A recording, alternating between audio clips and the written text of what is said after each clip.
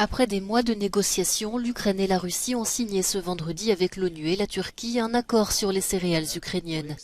Le texte définit les conditions du transport vers les marchés mondiaux des céréales ukrainiennes et russes en mer Noire.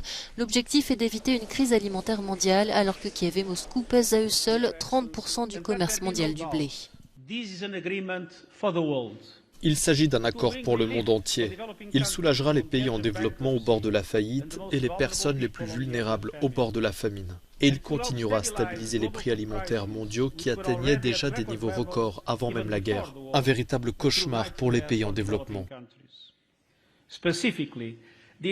Plus précisément, le texte que nous venons de signer ouvre la voie à l'exportation de volumes importants de denrées alimentaires à partir de 3 ports ukrainiens clés, Odessa, Chornomorsk et Pivdeni. J'espère sincèrement que le pas que nous avons fait à Istanbul, en coopération avec la Russie et l'Ukraine, contribuera à la paix et représentera un tournant. Peu importe comment la guerre se termine sur le terrain, la paix ne sera possible qu'à la table des négociations. L'accord prévoit plusieurs dispositions, comme la création d'un centre de coordination à Istanbul et des inspections des navires au départ et à l'arrivée en Turquie.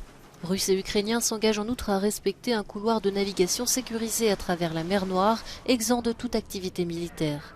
L'accord est signé pour 4 mois reconductibles, le temps d'évacuer les 20 à 25 millions de tonnes de céréales actuellement bloquées en Ukraine.